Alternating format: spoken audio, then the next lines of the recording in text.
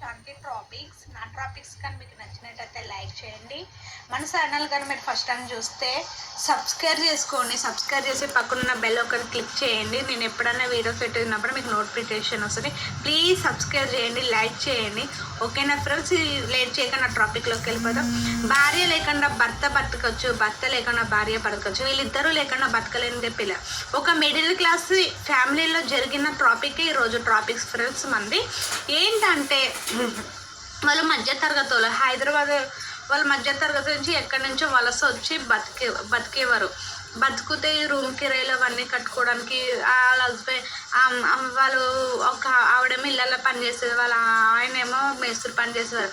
ఇంకా middle class family కోసం ఏం చెప్పాలి, ఒక పూట వెళ్తేనే గడిచేది, నెల కిరాయిలు కట్టుకుని పిల్లలను చదివించుకోవడానికి ఇద్దరు కష్టపడినా కానీ మనకు లాంటి మిడిల్ క్లాస్ ఫ్యామిలీ సరిపోదు. అలాగా కొన్ని రోజులకి వాళ్ళ ఆయన బాగా తాగుడికి బానిస అయిపోయాడు. తాగుడికి బానిస అయిపోతే ఈవిడ ఇళ్ళల్లో పని చేసుకుంటా, కొట్టుకుంటా, తిట్టుకుంటా, భార్య మరీ తెలిసిందంటే మనకి ఎంత సమస్యలు ఉన్నా కానీ ఓర్పుతోటి ఉండాలి. అవన్నీ ఆమె అర్థం చేసుకుని అలాగే ఇళ్ళల్లో పని చేస్తూ బతుకుతుంటే పిల్లలకి 10 years వచ్చేసాయి. ఆమె అలా చూస్తూ ఉండగానే ఒక అమ్మాయికి 10 years, అబ్బాయికి 8 years వచ్చేస్తే ఇలా పిల్లలు పెద్దలు అవుతున్నారు అని పడుతుంటే అమ్మాయికి అర్థం చేసుకున్న వయసు కాబట్టి వాళ్ళ అమ్మ రాపలికి ఇంట్లో పనులు అవన్నీ చేసేసి అమ్మాయి స్కూల్కి వెళ్ళి వచ్చారు. అలా కొన్ని రోజులు గడుస్తుండగా అమ్మాయి మెచ్యూర్ అయ్యింది. మెచ్యూర్ అయిపోతే అమ్మాయి 10th, అమ్మాయి మెచ్యూర్ అయిపోయింది అనుకుంటా. మెచ్యూర్ అయిపోయింది 7th, 6th. అంటే అబ్బాయి 6th, అమ్మాయి 8th.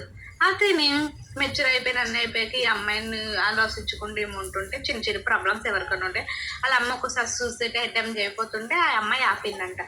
ఆపినాక తర్వాత కొన్ని రోజులకి ఆవిడ పని చేస్తూ ఇలా చేస్తుంటే ఆరోగ్యం పట్టించుకోకని చేస్తే ఆవిడకి టీవీ జబ్బు వచ్చింది.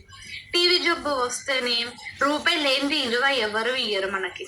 మన దగ్గర రూపాయి ఉన్నప్పుడు అందరూ మనవారే. నిజంగా మన దగ్గర 100 రూపాయలు ఉన్నారంటే అందరూ మన చుట్టాలి.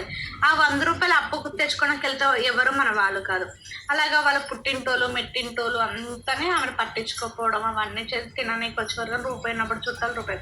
ఆమె టీవీ జబ్బు వస్తుంటే గవర్నమెంట్ హాస్పిటల్కి వెళ్ళి చూపించుకుంటే వాళ్ళ ఆయన తాగడం తిరగడం ఇవన్నీ. అలా 3 రోజులు 4 రోజులు గడిచిపోతే హాస్పిటల్ చూపించుకుంటే తల్లి పిల్ల హాస్పిటల్లో ఉండి అమ్మాయి ఊహ తెలిసింది కదా. 12 సంవత్సరాలు అమ్మాయికి దగ్గరగా ఇంకా 13 సంవత్సరాల రాపలకి ఆ అమ్మాయి వంట చేసుకుని ఇంట్లో పని అంతా చేసుకుని వాళ్ళ తమ్ముడు స్కూల్కి పంపించి వాళ్ళ అమ్మకి అన్నం ఇచ్చేసి స్కూల్కి వెళ్ళి వచ్చేస్తే అలా 2-3 రోజులు వాళ్ళ నాన్న చూసి అమ్మ ఏమైంది, అమ్మకి అనిపిస్తలేదు, పనికి వెళ్ళి వచ్చేస్తుందేమో అనుకుంటే ఒకరోజు అబ్బాయి అన్నాడంటే అమ్మకి ఒంట్లో బాగాలేదు, డాక్టర్లు ఏం చెప్పలేదు, గవర్నమెంట్ హాస్పిటల్లో ఉంది అమ్మ అని చెప్తే వాళ్ళ హస్బెండ్ పరిగెట్టుకుంటూ వెళ్ళి ఎంత తాగినా కానీ భర్త ప్రేమ భర్తదే కదా వెళ్ళి చూస్తే డాక్టర్లు ఏమైంది అంటే మీ ఆవిడకి టీవీ జబ్బు వచ్చింది, ఎక్కువ రోజులు బతకడం చెప్పలేమో అని అన్నాను. అంటే అక్కడ ఉన్న వాళ్ళ అమ్మాయి నాన్న చూసావా, అమ్మ ఉంది కాబట్టి ఇన్ని రోజులు మనం చూసి అమ్మ చచ్చిపోతే నేను నానమ్మకు ఫోన్ చేశాను, అమ్మమ్మకు ఫోన్ చేశాను, మామయ్యకి ఫోన్ చేశాను, అందరికీ ఫోన్ చేశాను. చేస్తేనే మీ దగ్గర ఏముందని నేను రావాలని పెట్టేశారు నాన్న, ఇప్పుడు మనం ఏం చేద్దాం డాడీ అని అడిగితే ఇప్పటి నుంచి మిమ్మల్ని బాగా చూసుకున్నాం అంటే ఆ అమ్మాయి అడిగిన అమ్మ లేకుండా నువ్వు బతకచ్చు, నాన్న లేకుండా అమ్మ బతకచ్చు, కానీ మీరిద్దరూ లేకుండా తమ్ముడు నేను బతకలేము నాన్న అని అమ్మాయి ఏడ్చిందని. ఏడిస్తే ఆ మార్పుతో వాళ్ళ నాన్న ఎంతైనా తండ్రి ప్రేమ గారు అడ్జస్ట్ అయిపోయి తాగుడు తగ్గించుకొని వాళ్ళని బాగా చదివించి వాళ్ళ ఆవిడని బాగా చూసుకున్నారు. ఆవిడ ఆ టీవీ జబ్బు మీద బయటపడ్డారు. ఆ అమ్మాయి చెప్పిన మాటలు కానీ నాన్న మారి భార్య లేకుండా భర్త బతకచ్చు, భర్త లేకుండా భార్య బతకచ్చు, కానీ మన అంతే భార్య భర్తలు ఉంటేనే పిల్లలకి జీవితం రూపాయి ఉన్నప్పుడు మన ఇల్లు ఎవరికి తెలియదు. రూపాయి ఉన్నప్పుడు అందరు చుట్టాలు, రూపాయి లేనప్పుడు ఎవరు చుట్టాలు.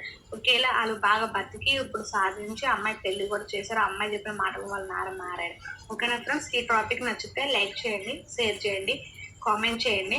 పక్కనున్న సబ్స్క్రైబ్ చేసుకోండి ప్లీజ్ ఫ్రెండ్స్. సబ్స్క్రైబ్ చేసి బెల్ ఐకాన్ క్లిక్ చేయండి. ఓకేనా.